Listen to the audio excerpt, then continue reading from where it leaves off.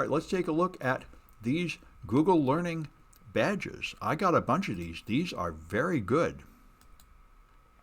You go to the Generative AI Learning Badge path from Google, and you can learn this stuff for free, and it's very good. Let's see if I can get in.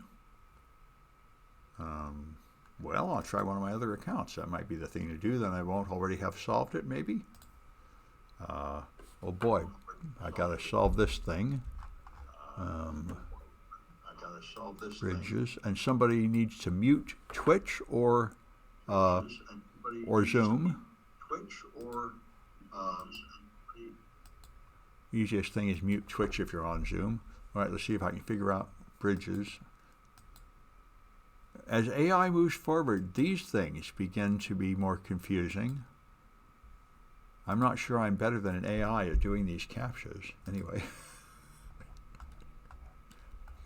All right, so now, and okay. Now, I'm not sure how well playing a video is going to work for these things, but I want to show you this. This video is very good. This course is very good. All right. I got a voicemail. Hopefully not from a student. All right, here we are. So here is continue learning path. There we go. Hello, and welcome to Introduction to Generative AI.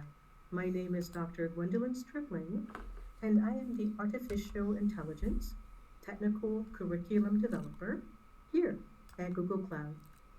In this course, you learn to define generative AI, explain how generative AI works, describe generative AI model types, and describe generative AI applications.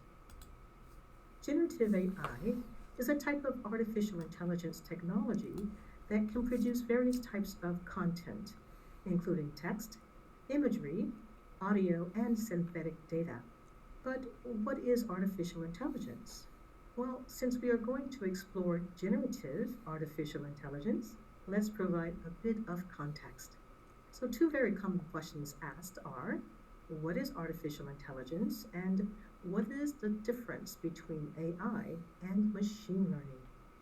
One way to think about it is that AI is a discipline, like physics, for example. AI is a branch of computer science that deals with the creation of intelligent agents, which are systems that can reason and learn and act autonomously. Essentially, AI has to do with the theory and methods to build machines that think and act like humans. In this discipline, we have machine learning, which is a subfield of AI. It is a program or system that trains a model from input data. The trained model can make useful predictions from new or never before seen data drawn from the same one used to train the model. Machine learning gives the computer the ability to learn without explicit programming. Two of the most common classes of machine learning models are unsupervised and supervised ML models. The key difference between the two is that with supervised models, we have labels. Labeled data is data that comes with a tag, like a name, a type, or a number. Unlabeled data is data that comes with no tag. This graph is an example of the sort of problem that a supervised model might try to solve. For example, let's say you are the owner of a restaurant. You have historical data of the bill amount and how much different people tipped based on order type, whether it was picked up or delivered. In supervised learning, the model learns from past examples to predict future values, in this case, tips.